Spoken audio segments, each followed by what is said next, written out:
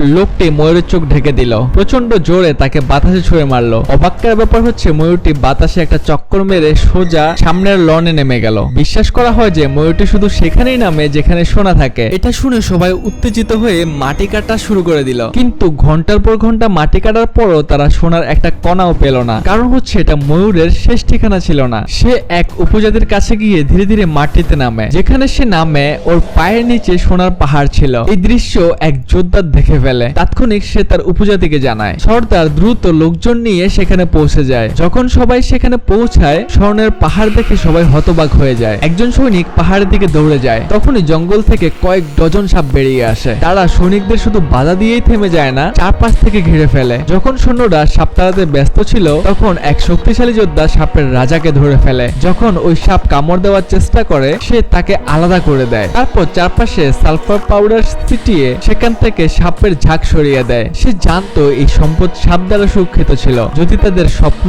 পেতে হয়, তাহলে সাপের রানী মেডুসার সাথে লড়তে হবে। সে তার পুরো শরীরে সালফার পাউডার লাগায়। এখন এক ভয়ঙ্কর লড়াই শুরু হতে যাচ্ছে।